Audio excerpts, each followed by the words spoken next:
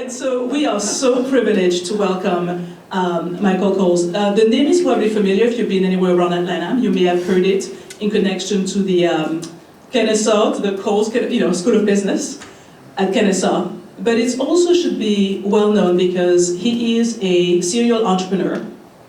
He is an athlete, still record holder of a few world records, so you'll hear more about this. But I think what inspires me most about you is that I think that one of the threads is not just resilience, it's not just reinvention, but it's also service. And so I think a thread has been to actually serve, whether it will serve your customers or serve your community, but it's a privilege and an honor to welcome you and to listen to those words of wisdom, which is also about how to be successful, not just in business, but in life. Absolutely. Please join me in a round of applause to welcome.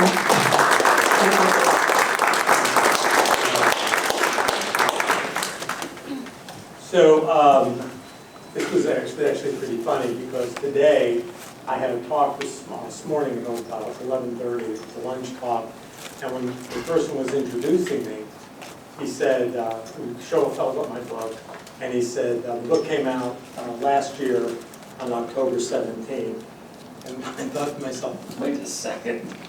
I did not remember at all that this was the 1-year anniversary. So I wrote this book not to brag about my career at all. I wrote this book hopefully to motivate other people to step out of their safe space and do more than they think they can. Because I really felt that while I've been very fortunate to be very successful, it's not the kind of success that you read a book and you say to yourself, well, that's great, I can't believe what Steve Jobs was able to do. And you close the book, and you may get some ideas from it, but whether you close the book and say, well, I could do that, it's tough to do. Where I think what I've been able to do is people can identify with it. And the last line of my book actually says, I know you can do this because I did. And so that was the purpose of writing the book. The second thing, as you should know, is that all of the proceeds from the book go to Kennesaw State University's foundation. So that's where the money goes. Okay, so I'll tell you a little bit about my companies. I'll talk, and I'm only going to cover a couple of things today because we don't have that much time. I thought about just reading the book, but I figured there would be no time for that. But the companies that I started, the Great American Cookie Company, which is probably in Atlanta, the company I'm best known for, we started that company with $8,000. We borrowed $25,000. And we had no experience in the food business. My partner and I both came out of the clothing business. It was at a time where it was very difficult. I mean, I know today if you go into a shopping mall and you see all these single concept food ideas like pretzel stores, or cookie stores, and yogurt stores, and, cinnamon roll stores, none of that existed before. There were no single concept food ideas because frankly shopping malls didn't believe that any single concept food idea could ever do enough business to pay the rent in the mall. Now, when you hear that what I'm about to say next is that we took this $8,000 investment, and again, no experience, and we grew the company to over $100 million in sales. And when you hear that, you must have, if I heard someone say that they did that, I would have to think from the day the stores opened, it must have been just a clean success. Nothing could have gone wrong, not when you have so little money. And so what I want to do is I'm going to take you back a little bit. The stories in the book are not all built around success. I just want you to understand what's in the book primarily is things that went wrong and how you learned from them and were able to build from that. There's a great amateur golfer, probably the greatest amateur golfer in the world, Bobby Jones.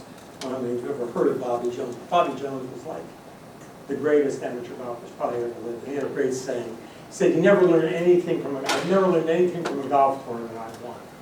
So the truth of that is that most of the things that have helped me become successful have been things that have gone wrong. And so let me take you back a little bit. So first of all, we had a very difficult time getting our first location. We were both, my partner and I were both from Atlanta, and so we wanted to have our first store here. And we had called every mall in Atlanta, and no one would even give us an appointment. All you had to say was, if they said, what do you want an appointment for? I said, well, we have an incredibly new way of doing cookies. You know there's some other people out there in the cookie business. We have a different way of doing it, and I think the phone would almost hang up. They just said, we're not. And so we were so confident in the beginning of this that we bought all of our equipment to open our first cookie store before we even had a location.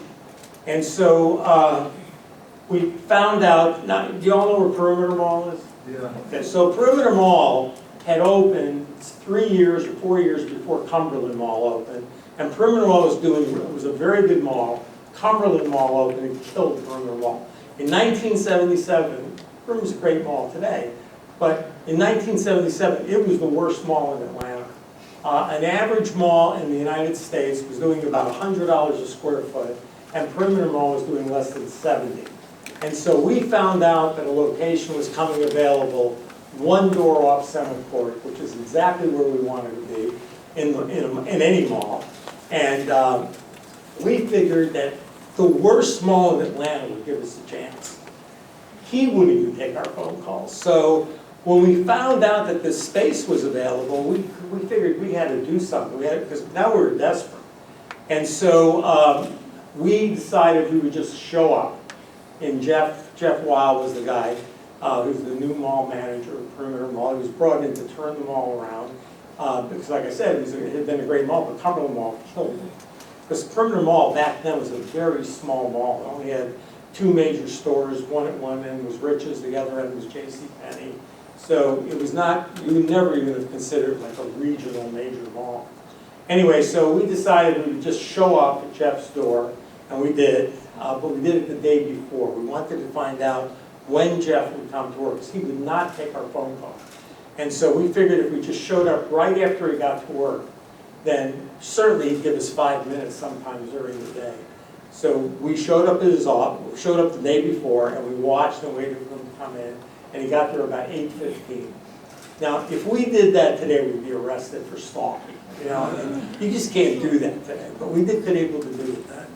And so the next day, we showed up at Jeff's door, at the mall, and we got to Jeff's office about 8:20, 8:25. We knew he was there, because we could see his car. And we basically, we showed up and said to the receptionist, we're here to see Jeff Weil. And she said, do you have an appointment?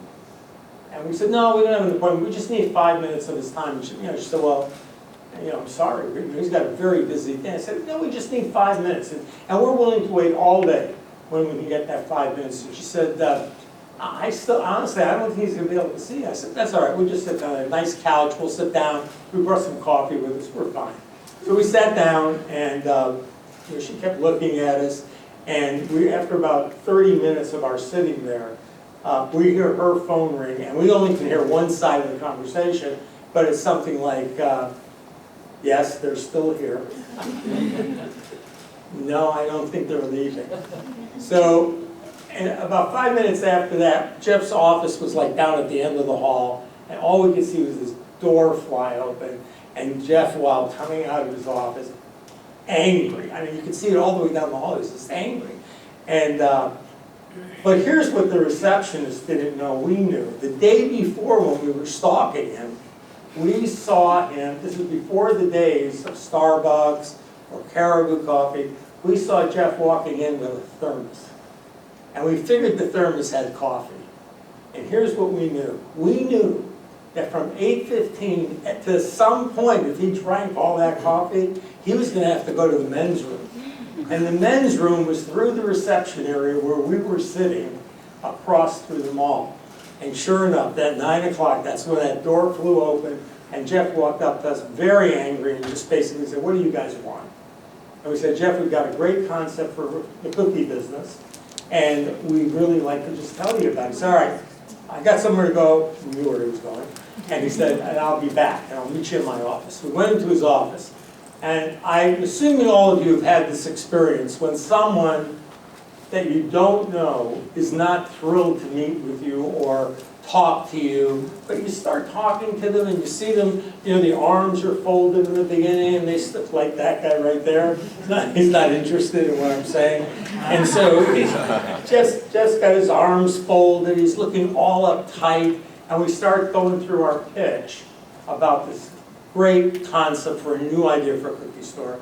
And all of a sudden we see him, arms drop down, he's laughing at the things that are kind of funny, and he's really getting engaged, and we're thinking to ourselves, this is good. Jeff likes us. And so we get all done, and Jeff just shakes his head. It was like yesterday for me. Shakes his head, and he looks across the desk, and he said, you know what, I really like you guys. And we got really excited. And he said, I'm going to do you the biggest favor of your life. We were really excited. And he said, I am not leasing you that space. And we're like, what do you mean, Jeff? Why would you not lease us the space? He said, because you're nice guys. You probably have nice families. You probably have a nice house, nice cars. And he said, you'll never sell enough cookies ever to pay the rent. And let me explain to you the details. The rent on the space you're talking about is $25,000 a year. And you're going to have to sign a 10-year lease, and you're going to have to personally guarantee it. That's $250,000. Now, you guys are going to sell 30-cent cookies. Do you know how many cookies you're going to have to sell to pay that kind of rent? He said, I just don't want to be responsible for you guys losing your homes and your families and everything else. And he says, I'm not leasing you the space. So we started all over, the whole same sales pitch, all over again. And finally, about halfway through, when we basically worn Jeff down, he said, okay, hold on. And he reached into his desk drawer and he pulled out a lease about that thick. And he said, okay, I'll give you the space under a couple of conditions. One, you take it to a very good lawyer, a very good lawyer. And don't even worry about the rent. We've already discussed it. We're not changing that. He said, I want that lawyer to explain to you the personal guarantee. He said, this mall is owned by the Rouse Company. And if you think you're going to wiggle out of that personal guarantee, you can forget it. I'm turning this mall around, but that space could sit empty for 2 years. And he said, that's $50,000 that you're going to be responsible for. And he said, just understand, I'll offer you the space, but I'm assuming that next week after you talk to a lawyer, he said, you'll come back in here and you'll say, thanks, Jeff.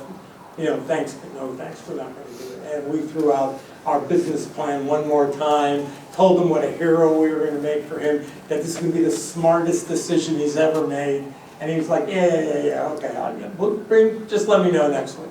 Well, we obviously signed the lease at Perimeter Mall.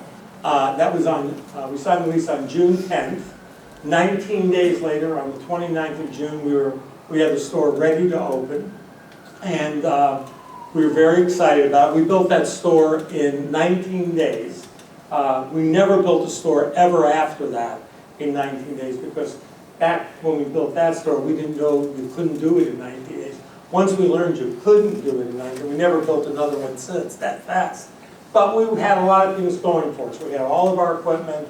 We were ready to get this thing going. So we show up on the 29th of June. We had no money for marketing. So we passed out flyers all around the neighborhoods around Perimeter Mall, and we passed out flyers to all the mall employees. And the hook was that if you showed up at our store on the 29th, between 9 and 12 o'clock, we would give you free cookies. And so we figured if people would come in and taste our product, they would come back later and buy it. And so we didn't know if anybody would even show up for free cookies. But on the 29th, we got there at 7:30 in the morning. We walked in, we got the store ready to go. And at about 8:30 in the morning, we put our first batch of chocolate chip cookies in this big revolving oven. About 300 cookies could bake at a time. And they go in, they're hand scooped. They almost look like ice cream scoops on the tray. And there's a window in the front of this big oven. So we wanted this to be a fun place that people could actually look and watch the cookies go round and round, kind of going from this creamy white ice cream scoop to flattening out to eventually starting to turn a little bit tan. And then eventually when the bell went off, 15 minutes after we put the cookies into the oven, Those cookies had reached the most beautiful golden brown color you have ever seen. As a matter of fact, if you take that golden brown color to Sherwin-Williams and try to match it in paint, you can't do it. Only chocolate chip cookies have this color. And so when the bell went off, people out in the mall, and there were about maybe 80 or 100 people out there, they were getting really excited. You know, they're going to get free cookies. We were very excited. We're about to start our business. And we decided that all the employees of the store, as we're about to embark on this great business, we would all put our hands on the oven door, you know, to open it as in a gesture of unity, and we're going to get our business started. And the employees of the store consisted of my wife, Donna, who's here, my partner, Arthur, and his wife, Susan, their son, Billy, my mother, Lee. We had no paid employees because we couldn't afford them. And so we all put our hand on that oven door, and we opened it up and peered inside this oven at these 300 golden brown, beautiful chocolate chip cookies. And it was exactly at that moment we realized we had no oven mitts. Are you all awake? We had no oven mitts. Do you understand what that meant? We had no rags. We had no napkins. We had nothing. We had prepared for everything but forgot that. Now, of course, the people out in the mall have no idea what's going on. They just watch the cookies keep going round and round. Did I mention they were golden brown? They went from golden brown to a much darker shade of brown. They caught fire on their trays. We were on a combined air conditioning system with Park Lane Hosiery. People were running out of Park Lane Hosiery screaming because smoke was pouring into their store. And I remember standing, and by the way, the fire department came, and I remember standing in the store looking out through the cloud of smoke, and I saw Jeff Watt, the mall manager, walking towards our store, dodging the firemen that are in the mall. And he could have broken our lease that day. He could have just, that would have been it. He could have break the lease, thrown us out of the mall. We would have been responsible for the lease we had signed. And we're waiting to hear what he was going to say. And he just looked inside and said, "Is this what it's going to be like every day, guys?" Because he had taken this huge chance on us. And you know, honestly, it's funny now. It wasn't funny then. But I remember when he asked that question, the reality of how little we knew about the business was there. And so we didn't get open on the 29th. We obviously had to clean up the store, big cookie mess.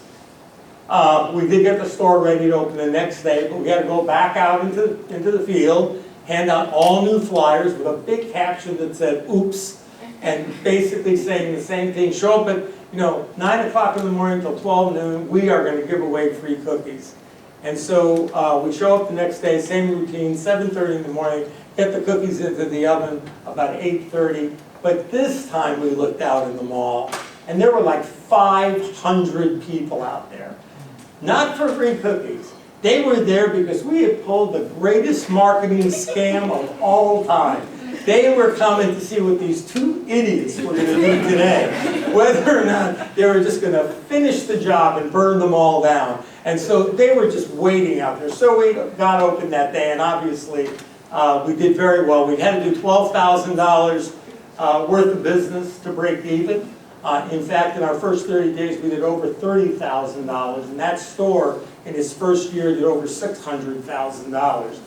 It was almost like overnight, we became the highest revenue cookie company in America. And so instead of having to go begging for locations, we had shopping mall developers offering us locations. We had people applying for franchises from all over the country. Everything that you would think would be in place for the company to be a success seemed to be there. 6 weeks after we started the company, I woke up in Northside Hospital. I had two doctors standing over my bed basically telling me that I was going to live, but had been involved in a near-fatal motorcycle accident. I would probably never walk normally again. I would always need some type of aid, either canes or crutches. But considering not waking up at all, I figured, well, that's okay. So I got, as time went along, I was going through a rehab program that the doctors had given me.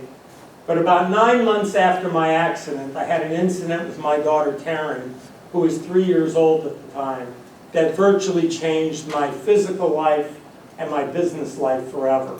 I was on 2 canes at the time, and she asked me if I would race her up the driveway to get the mail. We had a pretty steep driveway, and I figured even on 2 canes I could beat this little kid up the driveway. But when I took off to run, the pain was absolutely excruciating. It was the first time since my accident that I realized that I was disabled. And before I could make an excuse to her, she could see what was going on. And she said, you know, Daddy, I'm really tired today. I don't really want to run to the mailbox. And it about killed me. And I came back into the house and said to Donna that there's just no way I can spend my life like this. Even if I don't get any better, I've got to try something different. And so I began a self-styled rehabilitation program that eventually put me on a stationary bike, and from a stationary bike to a regular road bike.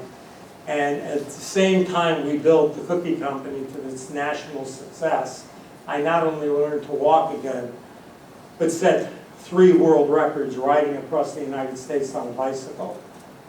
In 1982, I rode from Savannah, Georgia to San Diego, California in a little over 15 days, knowing it was not my best effort at all, because I was completely unprepared. It was only my wife and my daughter Taryn who were my crew, and you have to ride around the clock, and Taryn was like 7. She was a terrible driver. So, you all there? Anyway, and so I went out again in 1983 to break my record. I was on a sub 9-day record. I would have been across the country in about 8.5 days. I would have broken my record by almost a week. I was less than 500 miles from San Diego. I got hit by a dust devil, which is a little dwarf tornado. I got blown off my bike, crashed to the ground, broke my collarbone, spent that night not on the bike but in the hospital. But the following morning I came down, and I'm not sure my wife was thrilled to hear this with the rest of my crew, and I said, I'm going to do this again in 1984. And I came back to Atlanta and went to see my doctor, and my first question was, when can I start training again? And he said, well, you got a complete break of your collarbone. He said, as long as you don't keep pressure on your collarbone, you can start today on a stationary bike. That's what I did. And the title of the book, Time to Get Tough, is exactly, this is where it came from. When I came home, I couldn't get on the bike without a stool because I just couldn't hold on to anything. So I got a stool and climbed on the bike, and it was so painful, even without putting any real pressure on it. And that 1 hour, here I've been riding hours and hours and hours, now it's just trying to ride 1 hour on the stationary bike. And I had to keep saying to myself, you got to get tough, you got to get tough, it's time to get tough, you got to get tough. And when I got off the bike, finally making it through the hour, I had little signs made that said TTGT on them. And that kind of became my mantra for that year of training. I gave those little signs. And by the way, it was before the days of home computers and printers. I had to actually hire someone to paint these by hand. And we did about 50 of them. And so in 1984, I did get across the country. I had horrible wind conditions. If anybody rides a bike here, I'm sure many of you do, you know that you can deal with rain, you can deal with heat, you can deal with cold, you can even deal with snow. But headwinds will just defeat you. They just wear you down because there's nothing you can do about it. You try to be aerodynamic, doesn't matter. Still slows you down, very self-defeating. Anyway, on that third attempt, my crew, when I got to the exact point where I crashed, my crew painted on the highway TTGT right at that point. I was pretty beat up at the time because we had 30-mile-an-hour headwinds in Savannah, and as we approached California, the winds got up to 70 miles an hour. And so it was very inspirational to see that on the highway, and so that's where the name of the book is from, Time to Get Tough. But the last thing I'll tell you, so I got across the country in 11 days, 8 hours, 15 minutes. I broke my record by over 4 days. In 1989, I joined the 4-man team to do the Race Across America, which went from Los Angeles to New York. We won the Race Across America. We crossed the country in 5 days, 1 hour, 8 minutes. It's the fastest crossing of America ever by a 4-man team, and it's the fastest 3,000 miles ever covered under human power, and I'm very proud to tell you today that both records still stand. We all there? So you're a tough crowd.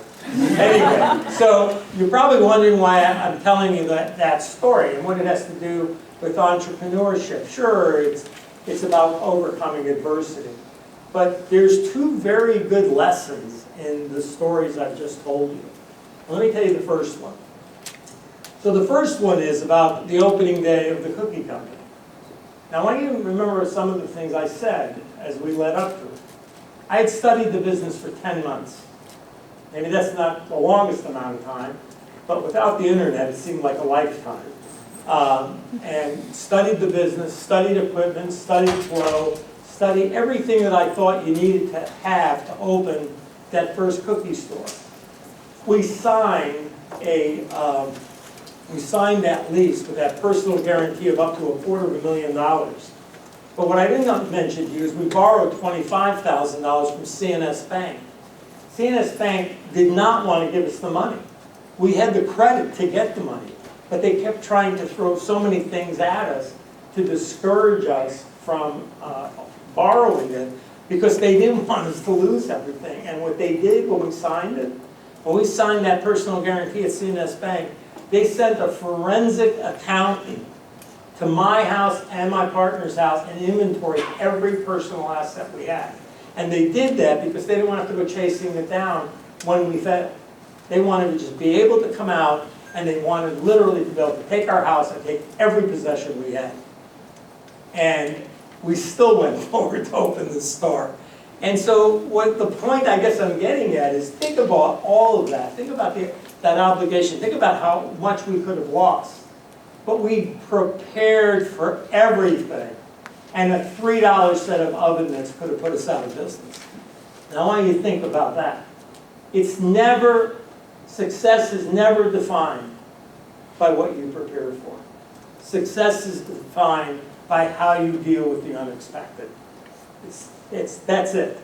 Everybody runs into this. You know, they used to call this thing Murphy's Law. But Murphy's Law is not even half of it. There is always going to be something that you don't expect to happen that can really set you back, possibly even end your business.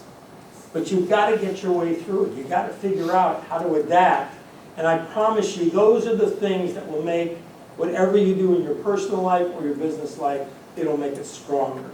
And the second thing, the second lesson, is when I wrote this book, I had an experience that I've read about, I've heard about, but it never, ever happened to me, which is where you hear about people who have this revelation of something that happened in their past that they never remembered. And I had that experience. We had just sent the manuscript to our publisher on that Friday. And I literally went to sleep, and at 4 o'clock in the morning on Saturday, I woke up and sat up straight in my bed because what I remembered, which I'm about to tell you, I realized we had to rewrite the book.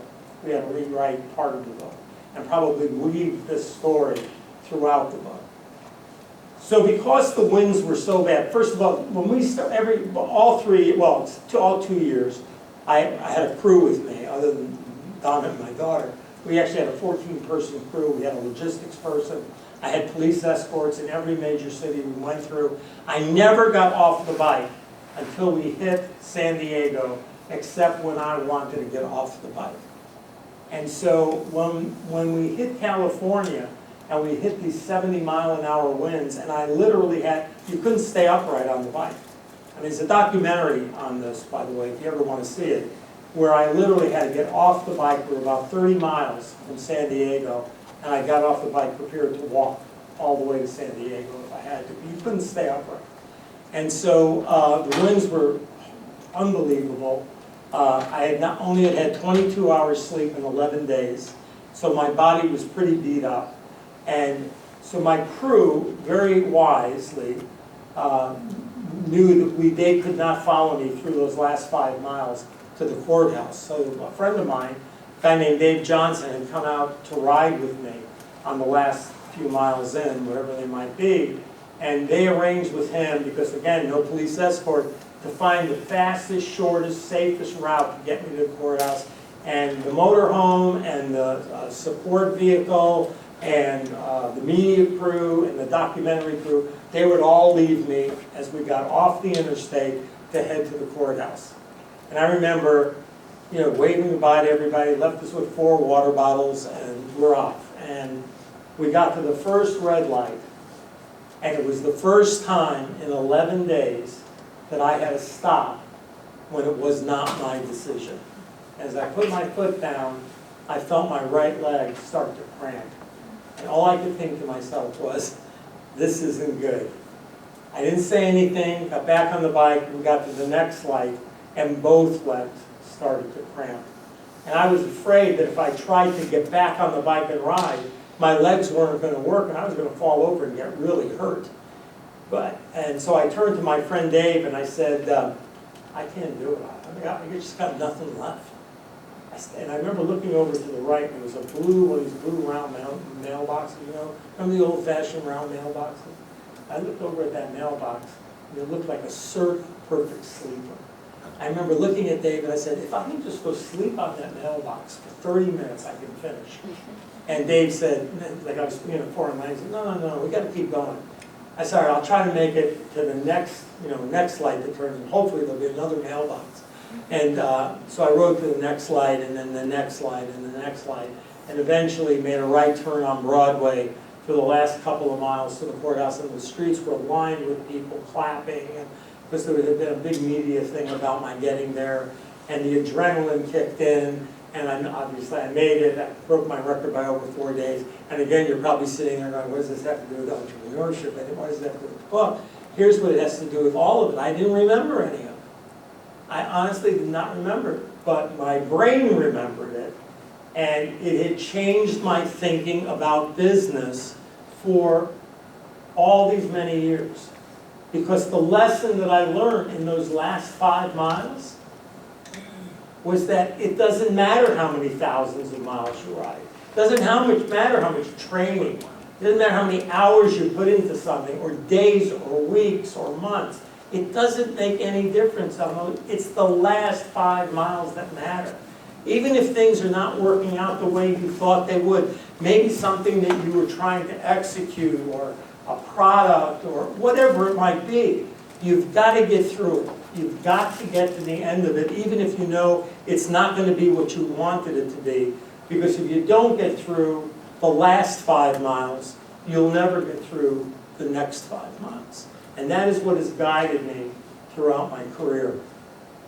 The other story I want to tell you is, I think we have time. How much time do I have, by the way? I'm okay. So, do y'all know Caribou Coffee?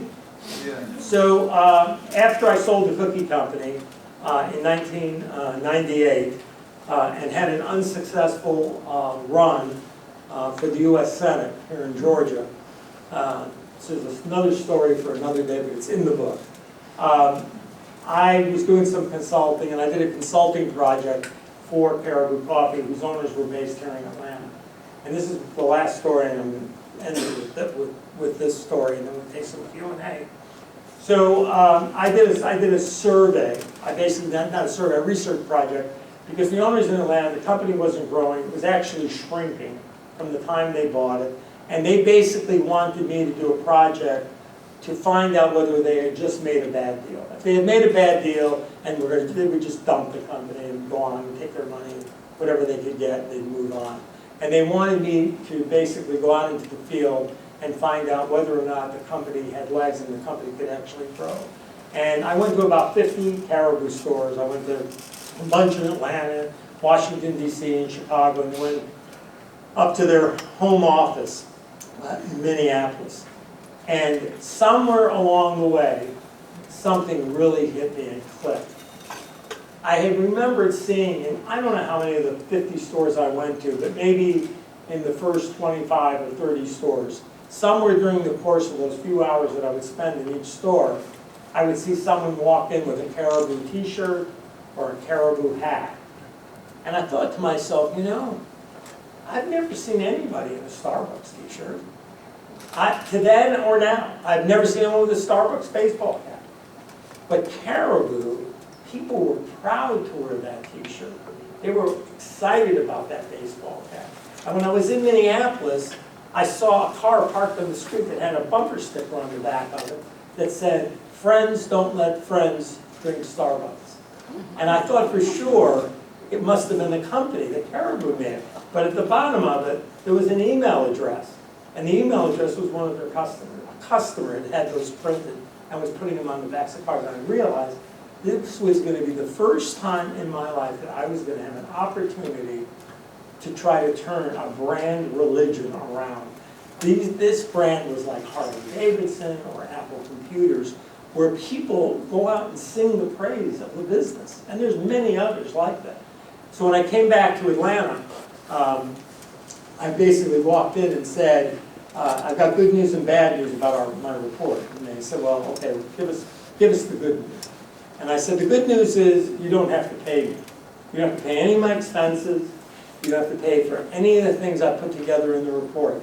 And I remember looking at a guy who was working with me. He said, well, then how can there be bad news? I said, the bad news is I'm not giving you the report. I said, the bad news is that this is a great company, but you need new leadership. I want to buy into the company and turn this company around. And over the next few months, we negotiated that. And in January of 2003, I went to Minneapolis, which is also another funny story. I left Atlanta, it was about 65, 70 degrees, and I walked out on that Tuesday morning in Minneapolis, and it was 20 below zero. And as I'm getting into the car to go to the headquarters, my cell phone rings. It's one of my friends here in Atlanta, and he said, hey, we got 3 today to play golf. He said, we could use a 4th. And I said, I talked to you on Friday. I told you I was going up to Minneapolis. He said, yeah, we know. So that was my awakening in Minneapolis. But anyway, I had about 4 months to think about what I was going to say to this team of 21 directors to come in there as their new CEO, someone who was really enthusiastic about turning this business around. And my opening line was, I've been to 50 Caribou coffees, and I've yet to have a good experience. And as the words came out of my mouth, I saw all the eyeballs in the room. I lost everyone in the room. I lost all 21 people when the words came out. Now, have any of you ever seen the movie A Christmas Story, where Ralphie gets out of the car to help his father change the flat?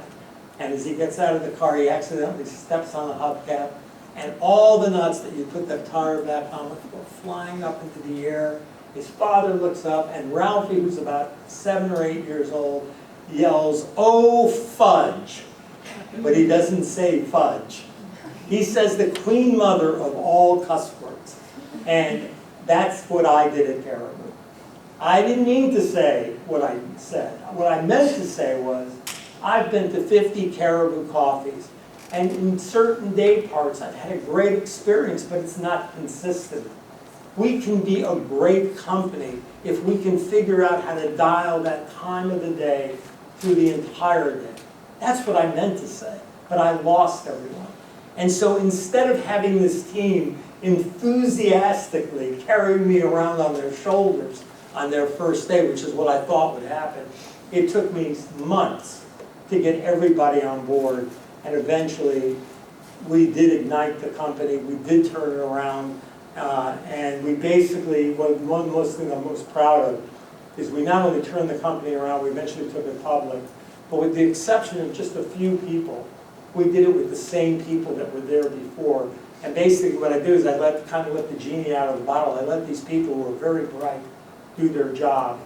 We had to replace a few people, of course, but basically we turned the company around. And again, you know, there's all kinds of stories in the book about mishaps and things that did not go well. Last thing I will tell you is this. When I was 10 years old, my dad went bankrupt. And we were living in a pretty nice house in a suburb of Buffalo, New York. And I came home from school, and there was a panel truck sitting in front of our house. And we had, all of our furniture was loaded. I had no idea that this was that. First of all, I was 10 years old. I had no idea what bankruptcy was. What bankruptcy was to me was we lost our house and we were having to move back to an apartment. And I had a Cocker Spaniel named Lucky that was sitting in my red wagon with her bowl and food. And my parents told me that they had made arrangements for a kid that lived up the street to take my dog. I was not a happy kid. It was heartbreaking. But to me, that's what bankruptcy meant. Bankruptcy meant you lose your house, you lose your dog, and you go live somewhere else. So we did that, but honestly, it didn't feel that different, other than the fact I lost my dog. We had our furniture, we had all the stuff that we had in the house. We just didn't have a big backyard anymore. And so it didn't feel that different. And my dad was convinced that he was going to recover and that we would get our lifestyle back. And so our lifestyle, and in fact, we lived in an apartment, never really changed. And when I was 13, my dad had so overspent himself that his wages, I don't know if you all know what garnishee is, but that's where people can come in and take a part of your salary. His that wage was being so garnished that he was virtually bringing nothing home. And so in the middle of the night in February, I got informed that we were leaving that night to go to Florida. Florida was a debtor's state and nobody can garnish your wages. And, again, I was 13. I was like, well, that sounds cool.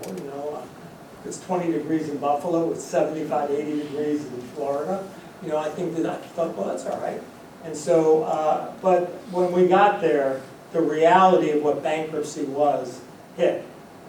Instead of living in a 3-bedroom apartment, my parents, we moved into a less than 300 square foot, 1-bedroom apartment. My parents had to sleep on a porch. I had to share a room with my sister, and I woke up the next morning and realized life is not going to be the same anymore. And so I had two choices. I could think my dad would recover and just kind of go on being a kid and not worry about it, or I could get a job and try to help my family. It was not heroic. That was the choice I made, was to get a job. It was not, I felt a responsibility, not more responsibility than obligation. And so I did. I started working when I was 13. But I remember in that morning how scared I was. And I remember thinking that it wasn't that I thought of it specifically, but I remember starting to think back about people who've overcome adversity in the first place. And the first story that I remembered was the story of David and Goliath. And the story of David and Goliath runs all through my book. And if you all know the story, I can just summarize it quickly. This small man with nothing more than a slingshot and a few stones walks into the valley to face this enormous giant who has armor and weapons, and not only defeats the giant, but kills the giant. For a lot of people, that's a pretty good takeaway from the story. But even as a very young kid, that never was my takeaway from the story. What always astonished me about that story was that David had the courage to walk into the valley without knowing what the outcome was going to be. And I think that all of us, every single day, face Goliath challenges, whether it's learning how to walk again, or getting back in shape, going back to school, just being in school, trying to lose weight, going through a bad divorce, whatever it may be. Those are all Goliath challenges that we face. And the real question we have to ask ourselves every single day is, do we have the courage to take that first step and walk into the valley? Thank you.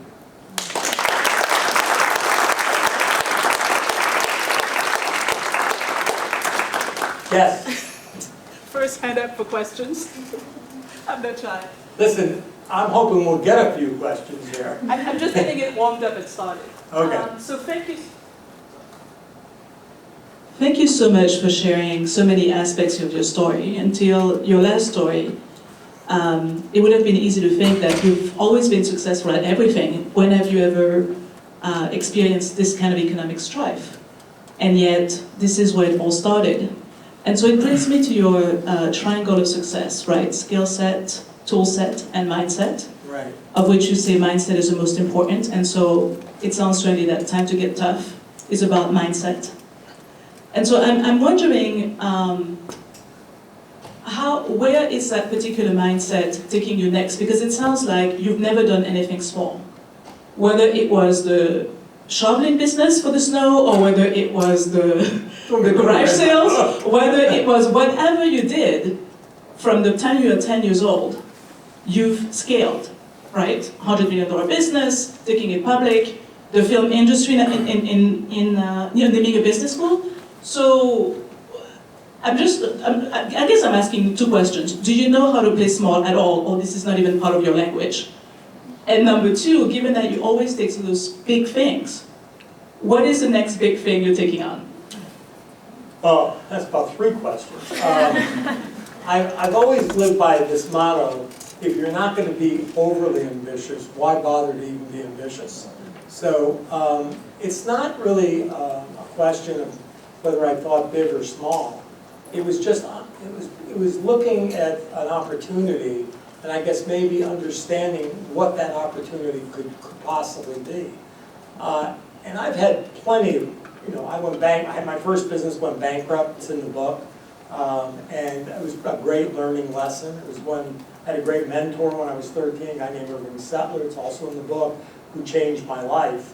And when I had that setback with that first company, I realized I went away from what Irving had taught me, which was you have to know every area of the business. And I'm not answering that, that's not kind of around your question. But I can't honestly say that I didn't go in the cookie business for it to be a big company. I went into the cookie business as a transitional business till I figured out what I was going to do next. But when I had my accident, it virtually took all the other options away. I couldn't do anything. This was before the American Disabilities Act. You couldn't go to a job interview on a walker. You couldn't go to a job interview on crutches. I mean, not at a high level, because they were just basically, they wouldn't even see you. And so all those options got taken away from me. And I've told this story before. In the first 2 years I had the cookie business, I was printing my business cards 50 at a time. That's no joke, 50 at a time. And I figured that somewhere in the first couple of years, I was going to find what I was really supposed to do, and that's what I would do. And at about 20 stores, I literally said, maybe this is what I'm supposed to do. And that's when I really put my feet in the ground and said, we can be a big company, we can be a great company. And honestly, I shouldn't have said it that way, because I never thought about the size of the business. What I really believed was, if we opened every single cookie store with the idea that it was going to be the greatest experience a customer ever had, it was going to be the best cookie store they've ever walked in, that the business would grow from that. And however big it became, it would be based on how we ran that business. And the film industry here, this is, to me, this is the greatest success I ever had in my whole business career, which I made no money for and did not get paid a cent for doing it. But the film industry here, at one time, we were number 5 in the country when Jimmy Carter was governor. He started the Film Commission, and the business had boomed for a long time, and then other governors came in, and they were just kind of do the same thing over and over, and the business had really fallen down. It had gotten down to less than $200 million, which sounds like a lot in economic impact, but the problem was that most of that was in the music business here in the state. And I put together a great board of 40 people, and there you knew how big the business could be if you do it right. And we got the first tax incentive bill ever passed in the state's history for the film business, and now Georgia is the #1. When I left the office, it was under 200 million. When I took over, it was over $1.5 billion when I left, and now it's 12 billion. We have a #1 place in the world for full-length motion pictures, which is pretty good. And I'm really... I'm going to clap for that. Well, the truth of it is, we should all clap, because it's a clean industry. It doesn't pollute, high-paying jobs. It offers hotels, restaurants, car rental companies. It passes the money along to everybody. And that's what, when you say $12 billion in economic impact, it's not the films itself. It's the impact it has throughout the whole state. So it was a lot of fun doing it too. Thank you. Concern. How is Canada doing right now? Well, we sold the company in 2012, honestly, their company we sold to is consolidating the coffee industry. They bought Einstein's, they bought Green Mountain Coffee, they bought Krispy Kreme. I mean, their list goes on and on. They're probably a $20 billion company now. I think Caribou has lost its way. I mean, it's kind of fallen back to where it was when I got there. And they knew the company just has made a tremendous amount of mistakes.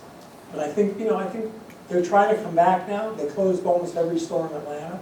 Now they're trying to come back to Atlanta with a different kind of concept, doing a combination of like Krispy Kreme and Caribou, and then Einstein's and Caribou. But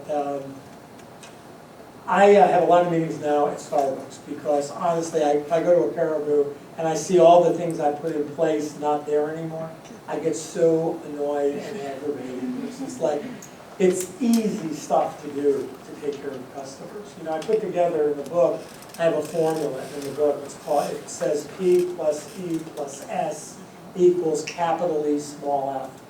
And that's one of the ways we turn the company around. We had a mission statement in Caribou that we created when I got there, which is Caribou Coffee, an experience that makes the day better. I'm not a believer in these long-winded mission statements that nobody ever remembers. I've always wanted a cookie company was, share the fun of cookies. And I never wanted it to be specific to just for the employees. In other words, a mission statement should encompass your entire business. It's not just your employees, it's your customers, it's your vendors, it's everybody.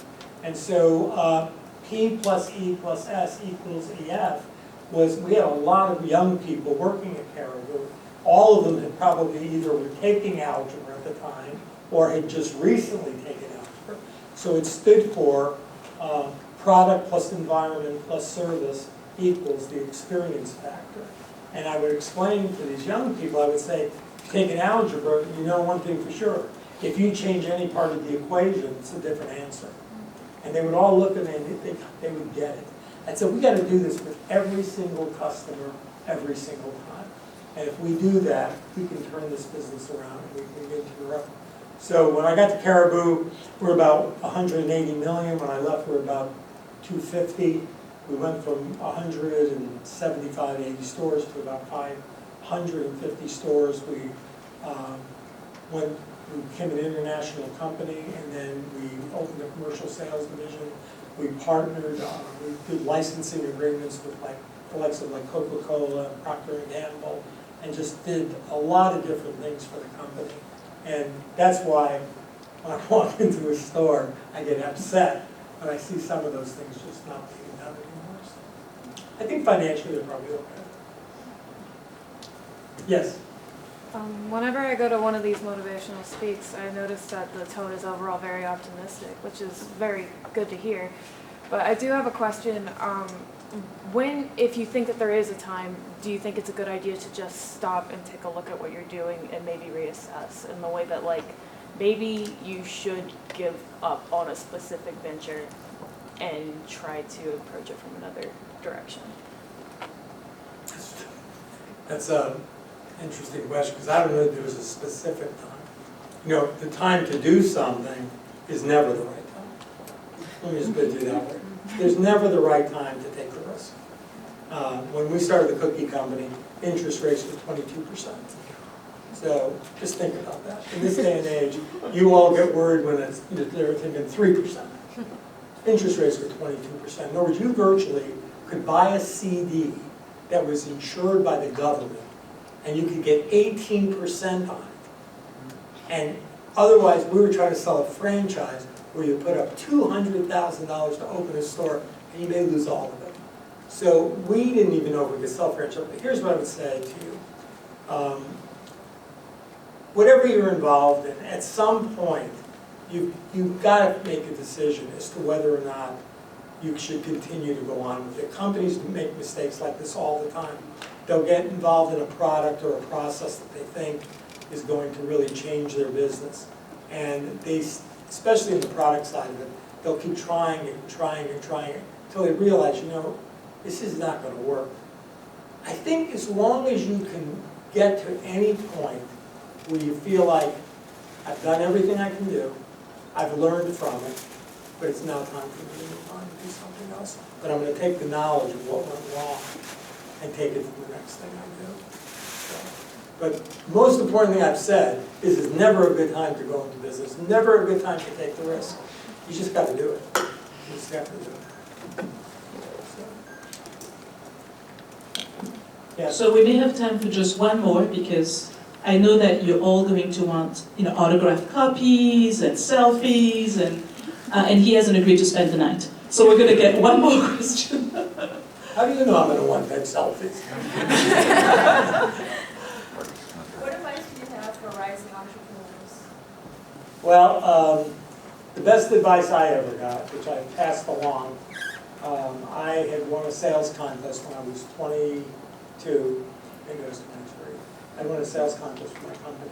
And because I won the sales contest, my company flew me back to Detroit, first class. And I was sitting next to a guy who was very well dressed. And I noticed when he reached for something, he was wearing a Rolex, which is the first time I'd ever seen one in real life. I don't even know if I had seen one in a magazine. And he was a guy that today would not be on a commercial airline, would not on a private plane. It was just fairly obvious. And so we were chatting back and forth. He was more interested in me because I was 22 or 23 and I looked 12. And so he was wondering why I was sitting in the first class of a plane. And I told him the story of what had happened. And he was telling me a little bit about himself. He was in the mergers and acquisition business, obviously, that kind of business. And but like I say, he chatted with me. It was only a 2.5-hour flight. He was just asking me questions. And as the plane was coming into Detroit, I thought to myself, I haven't really had a chance to ask this guy anything. And I finally asked him that question. I said, what advice would you give a young entrepreneur? I didn't know the word entrepreneur back then. What would you give a young guy who's going to go out into the business world and maybe want to do something on their own? And he said, take your risks as young as you possibly can be. Because the older you get, the more complicated life gets. And it's very difficult to want to take that kind of risk. He said, when you're young, you got plenty of time to recover. But the longer you wait, the harder it's going to be, one, to recover and also to have the courage to take the risk. Cookie Company, I was 33, and I would have thought I would have done something, sooner than that. But, it was fine. So that would be my advice. My advice, if you want to do something, do it. And do it when you're young. And if it doesn't work out, have plenty of time to start over and do something else. Thank you all. So we're not quite done. So if you please, I guess we have a couple more things to do. And the first one is thank you. Well, thank you. That was wonderful. And we love Kennesaw State University and our friends and colleagues there. We're thrilled that your book proceeds will go to the Kennesaw State Foundation. But we do want to make sure that you and Donna go home with a Georgia State mug. And I have to tell you, I'm going to cherish this for a lot of reasons, but the biggest one is that Mac Robinson is a very, very close friend of mine. Oh, wonderful. Yeah, so that walk around with a Mac Robinson mug, I'll be proud of that. Thank you so much. So there are just a few more things I want to do. I actually have a couple more things for you, Michael. Oh. We just made special space for the mug because, Yeah, I know. Did you? So what you should know is that just to be safe, we give you his and hers, Robinson mugs. Oh. So you get to have one too. But one thing that I wanted to offer you is a thank you. And this is our H.J. Russell motivational author, and it's really a privilege when a really successful entrepreneur is also a wonderful storyteller. And so thank you for your commitment and your dedication and your generosity in sharing your story. When I get my selfie and get my book signed, I'm still going to ask about what you're going to do next. Oh, yeah. But I have an idea that part of what you're doing next is unleashing an entire new generation of entrepreneurs, change leaders, and people dedicated to making an impact in their community.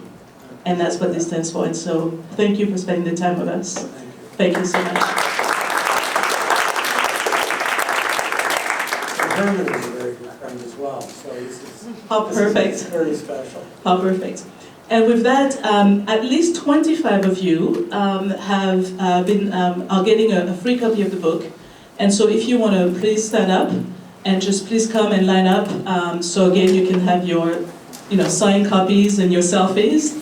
And then for the others, if you want your selfies or more books, we also have additional books that you can acquire if you like. Otherwise, thank you so much for being here, and read the book and take the wisdom on. Thank you.